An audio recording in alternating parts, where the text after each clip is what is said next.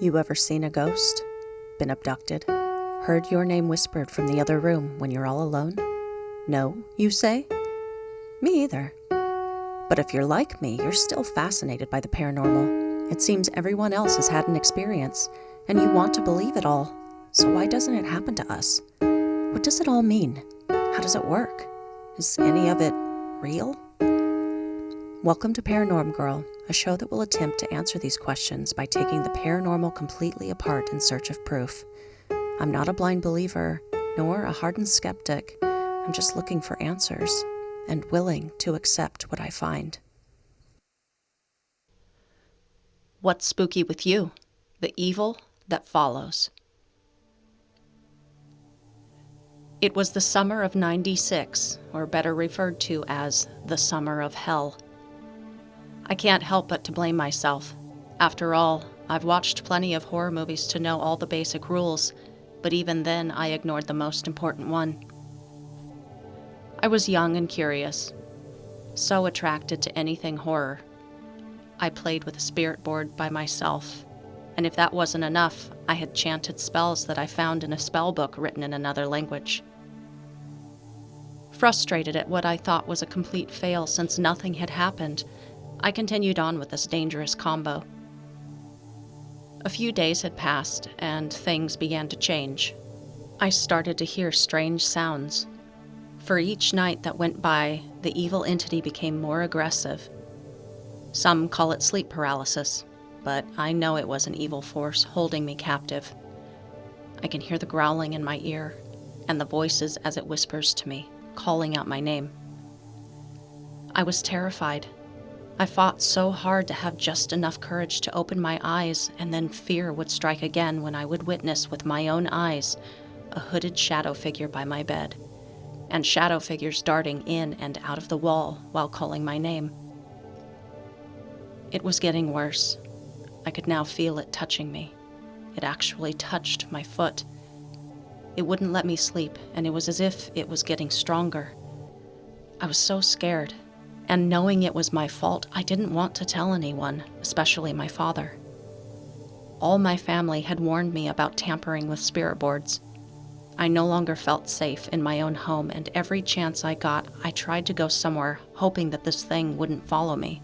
I distinctly remember several occasions where the evil had followed me. My aunt had asked me to stay with her and her family during the week to babysit my little cousin while she worked. I had fallen asleep. Something had disturbed my sleep. I opened my eyes to the light above me flickering on and off. I immediately left the bedroom and fell asleep on the couch for the rest of the night. Another night, I had experienced the same exact thing. But this time as I left the room, I heard whispering coming from my cousin's bedroom, which was located right next to the living room. Confused and terrified, I started to wonder if it was my cousin that I had been babysitting, only to find out later that day he was sleeping in his parents' room the entire night. I knew I had to dispose of the board, and when I did, I heard a voice later that night say, "I will come back." Eventually, we moved, and I began feeling safe again. The activity still happens from time to time. I realized later that this thing wasn't a part of the house. I summoned it, and it was attached to me. Good morning, good evening, whenever you're tuning in. Welcome back to another episode of Paranorm Girl. I am your host, Kristen, and on today's show we are going to hear about first-hand accounts and what happens during an encounter with a shadow person. Ooh, spooky, spooky. But before we jump on into today's lesson, I feel the need to give a trigger warning, which I probably should have been doing thus far on every episode. These encounters are happening to people all over the world, to thousands, some experiencing it on a regular basis. And these encounters, while some of the time can feel pretty neutral or brief, for others can be intensely terrifying and last for what seems like forever. For anyone who has had this experience and is listening to hopefully gain some insight into these occurrences or to get more information in general, know that you are not crazy. And know that you are not alone. It's awful having to deal with this.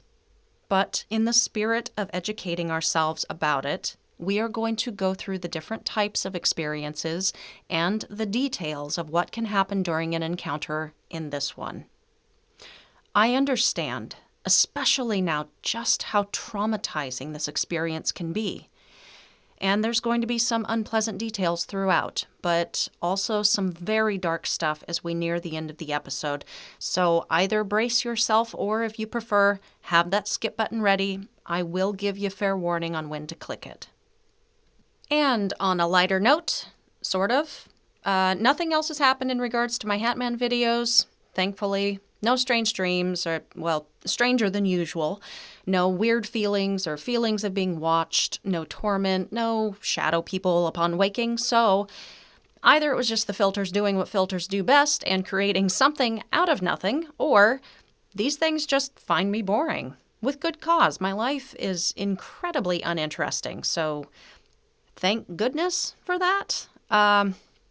So by now, you may have noticed that I start each episode out with a little story. The plan is to continue doing so, as I want to both share people's experiences, but also to shed a more intimate light on whatever paranormal phenomena I may be talking about during any given season. These are first-hand accounts from listeners and supporters of the show. And these encounters were very real to the experiencer at the time they occurred. Though I can certainly appreciate any effort by the scientific community to come up with a reasonable, logical explanation for these events, there's a part of me that does wish they would take some details of people's personal accounts into consideration. There are things happening during these encounters that conveniently get set to the side, because when a detail doesn't fit the parameters of a study or a dissertation, it skews the intended results. When the net is not cast wide enough to take all variables under consideration, I'm left feeling a bit lied to and placated, like a clinical little pat on the head. There, you're not actually seeing what you're seeing. You just have a sleep disorder. Your eyes are playing tricks on you. Your mind wants to see faces and everything. You're allowing your fear and paranoia to create sounds or shadows to move or pressure on your chest, and your brain is already set up to fill in the blanks. And look, I'm not saying the more scientific explanations are wrong. It is my opinion that they are incomplete. They do not and cannot, at this present time, give us a blanket answer on shadow people, or the Hat Man, or the old hag. Take sleep paralysis itself. There haven't been many studies conducted, but there's been a few, and from the looks of it, it appears the scientific community is now starting to take a more specific interest in it.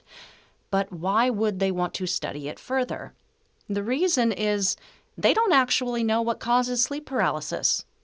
So, to cite sleep paralysis as the reason we see shadow figures, when we don't even know how or why the condition occurs, it doesn't work for me. It doesn't fit. They suspect some causes, such as sleeping on your back might result in an episode. Not getting enough sleep might do it. Drinking before bed, drug use. But riddle me this. When a person is sleeping on their side, or stomach, or, hey, how about not even asleep at the time of their experience? Or the person who regularly gets enough sleep, the one who doesn't drink, doesn't do drugs. When this person still encounters a shadowy being, what does that mean? Why is it still happening to them? No matter how big or small you want to cast that net, or fine-tune and finagle the results, these stories do exist, whether you like it or not. It still happens, despite the person who is doing everything right. And despite what it sounds like right now, I'm not trying to bag on the medical or scientific professionals who devote their time and resources to this topic. I believe they are doing the best they can. I believe they are genuinely trying to find the answers for us. I'm just frustrated with the not knowing, I guess. As is going to be the case with all paranormal topics I talk about. So far, they have made some incredible discoveries on the subject, and I will absolutely give them their moment to shine and show off in an upcoming episode. Okay, I'll leave off on the subject for now, but with a couple of thoughts. Sleep paralysis is a real, verifiable condition. It is. No one can argue that. Encounters with shadow people are a global phenomena, reported in massive amounts of people, asleep and awake, alone and with others, sleep-deprived, drunk, drug-induced, and the exact opposite with otherwise completely healthy individuals. In any further investigation or future studying of this sleep condition, might we take into consideration that it might not be the cause, but rather either a symptom of the visitations or simply a mental state that sets aside our reality-driven perceptions, giving us the ability to actually see things that have been there all along? I think we'll end up finding the answers in the middle. Once we decide it's acceptable to go ahead and marry our physical reality with these spiritual occurrences, I think we'll find more of the answers we seek. Okay, and delicately, gracefully stepping from my soapbox, let's jump into today's lesson. Let's dive into those first-hand accounts and talk about what might happen should you find yourself in the presence of a shadowy visitor. I'm going to start with the general across-the-board concept for each type of encounter one might have. Filmmaker Paul Tate, creator of the documentaries Your Worst Nightmare and Supernatural Assault Terror from the Shadows, has had his own personal experiences, both with shadow people and sleep paralysis. Due to his curiosity about the phenomenon, he decided to make these documentaries in order to explore these types of experiences. He states, according to the research he has done, that 1 in 5 people experience some type of visitation with a shadow figure. That seems a little high, just hearing it, just reading it right now. So I don't know what the accuracy of that is, but that is what he states. So we are going to ask the questions, what is it like for these people? What happens during their encounters? The first encounter type we'll talk about is the one that probably happens the most and is the least reported, as it could easily be written off as just, our imagination playing tricks on us or just us seeing things. This type is elusive and astonishingly quick, which can be seen in the dark corners of your room while coming in or out of sleep, or while fully awake in the daytime, like when you're sitting on the couch watching TV. You see them only from the corner of your vision. When you turn to look, it's usually already gone. There's nothing there. But you saw some dark shape or movement as it disappeared around the corner or poofed into thin air, easily blending in with the other shadows. This kind has been described as having both humanoid aspects to it, but also more misty, cloud-like shapes. As these types don't seem to want to be seen or to have an actual interaction, there's not much more to say about what happens with them. Aside from the creepy feeling of a presence or noticing something shyly peeking at you from a safe distance, there doesn't seem to be much to fear about these particular encounters. A little less playful and winners of the longest stare without blinking contest, next we have the ones who watch. These guys might linger about a little bit longer, enough for people to get a good look.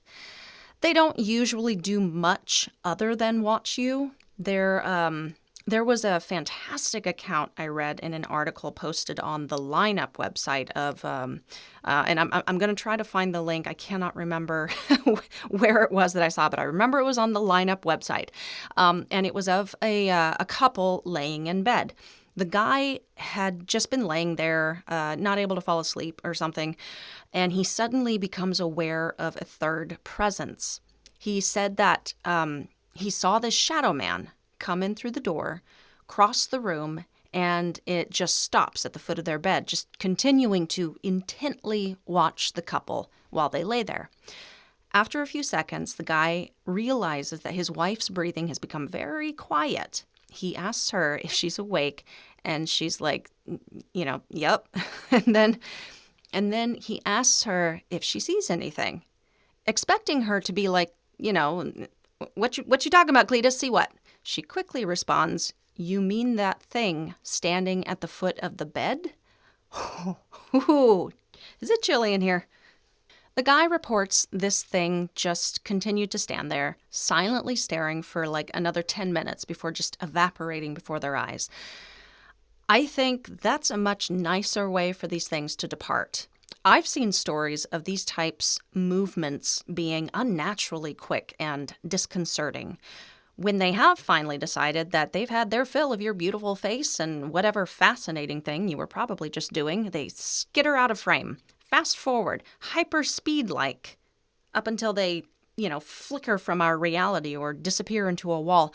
And I don't understand the wall thing, but it's in a lot of encounters I've read.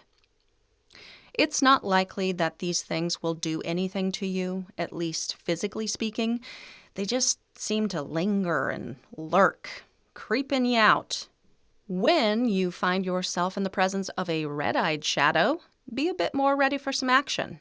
It's said they don't like us very much and act as such. It is thought that our fear is what they are after, and will do what is necessary to get it, whether it's change their very shape, hide and stare at you from your closet, growl at you from the dark corner in the basement, sit on your chest to crush you, or wrap its blacker than black hands around your scrawny little neck and squeeze you awake.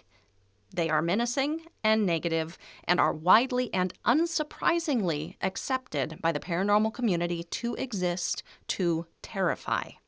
Some even go so far as to label this particular race of shadow people evil or demonic. Though it's more common to see the red-eyed variety, I've also read encounters with purple, green, blue, and white little eye holes. Whatever the color, it seems their prerogative remains the same. The next type of encounter you could experience is with what I will call the less than fantastic four. This class of shadow entities includes, but is not limited to, the crawler, the old hag, the hooded figure, and everyone's bestie, the Hat Man. Crawler experiences I've read seem to run the gamut as far as how they present themselves to the viewer and also how they interact. They can be massive and muscular or small, squat, tiny shadow figures.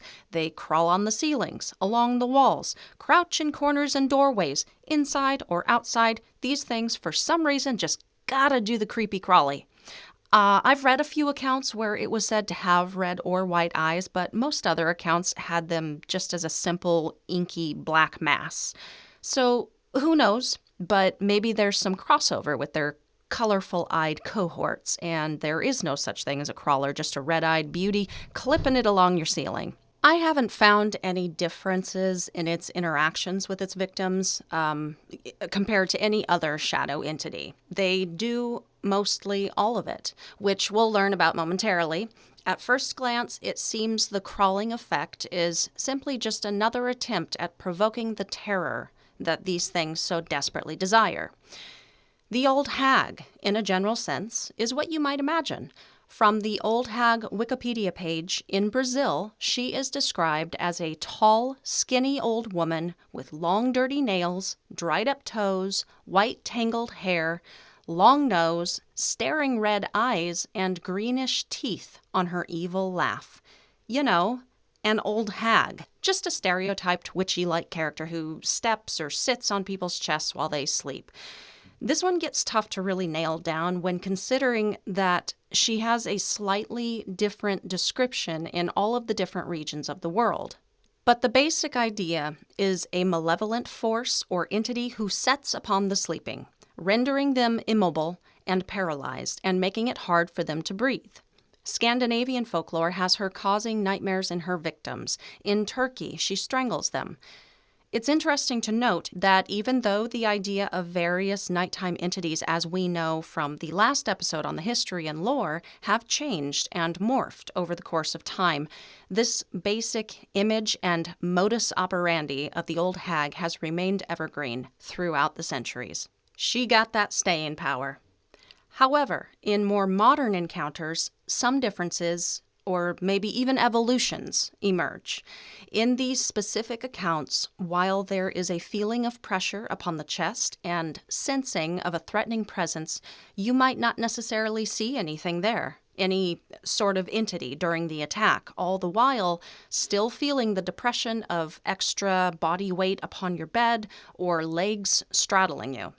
Also, some have reported a sense of something trying to enter them rather than crush them, or the feeling of something trying to take over their body.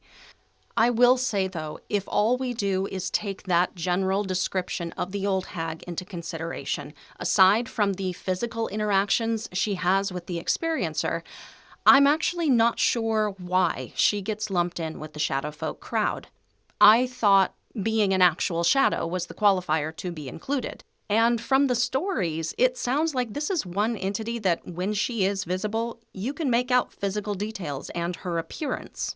That there is a lot less mystery to how she looks than, say, the Hat Man or your basic schmasic shadow entity. I've included her here, but may end up talking more about her if and when I ever do a season on demonic activities, as she feels more up that alley than anywhere else. The hooded figure is encountered pretty regularly. A lot more regularly than you usually hear about, but I think the Hat Man tends to take the press in regards to the staple entities of the Shadow crew. So, what immediately comes to mind when I say hooded figure? Grim Reaper, right? Well, just like the Hat Man, he comes with some detail changes depending on the person and situation during the experience. While he can present exactly like the Reaper does in his long Reaper robe, giant hood pulled too far forward to see any sort of face underneath, and very tall, thin frame, in modern times, we might actually experience this entity in a simple sweatshirt hoodie. His actions differ a bit, too, from person to person. Some feel a deep, dark malevolence. Some feel a benevolence. Some have felt the sharp, hard grab of his hands on their legs, while others, like a woman in Mike Ricksecker's book, A Walk in the Shadows, recount the saving touch and pressure of invisible hands supporting her body, just stopping her from falling down a flight of stairs. She would later see a hooded figure in the window she had been near at the time of her close call. And then there are the widely reported first-hand accounts taking place with the Hat Man, who, by all accounts, seems to want to be seen, seems to want to instill fear and terror. Author Heidi Hollis states she believes him to be the big cheese, the ringleader of this entire shadowy band of misfits. Some think him to be the devil in the flesh, or in the shadow. In short, be prepared to be frightened when you bump into this little pretty. I'm not going to spend a lot of time describing this encounter because I don't want to ruin the surprise I've got in store for you guys on the next episode. What I will say here is the Hat Man comes in many shapes and descriptions, and even likes to change his hat up from time to time. The man likes his accessories. I was originally going to recommend you all check out this fantastic website, thehatmanproject.com, but unfortunately, the website was recently accidentally deleted. The creator is currently working on rebuilding it, so hopefully that'll be back up and running sometime soon. And when it is, please go check it out if you crave Hatman and only Hatman content. In the meantime, just consult Google or the documentary I mentioned in my previous episode called The Hat Man, Documented Cases of Pure Evil, or take your pick of the numerous books being put out on this very entity. There is no shortage of material on this guy. As far as if you are wondering if the experience you yourself had was indeed with the Hat Man, here's how you'll know. There's a tall shadow man standing in your doorway, wearing a hat, and scene. Okay, Okay, no, there's a bit more to it. You may feel a very heavy, menacing presence, which gets even heavier the moment you see that you are not alone. He's been described as being anywhere from 6 to 9 to 12. I even saw one that said he was 15 feet tall. Some can see only a silhouette, while others describe seeing a wide, jaggy, toothy grin stretching from ear to ear just beneath the brim of his tipped hat, blacked out or red eyes. If you are unlucky enough, you'll hear him speak, "I'm gonna get ya," or "You are mine." And if you are incredibly unluckier than usual, he's gonna touch ya. He grabs, claws, strangles, chokes, stoking and stoking that cold, burning blaze of your fear. Sometimes he's alone in this nightmarish scape. Sometimes he's accompanied by a few of his smaller shadow lackeys. He's also been reported sharing the encounter with the hooded figure. The more the merrier, I say. In short, this particular experience is not fun. It's hellish, violating, traumatic, and definitely leaves an imprint in your memory.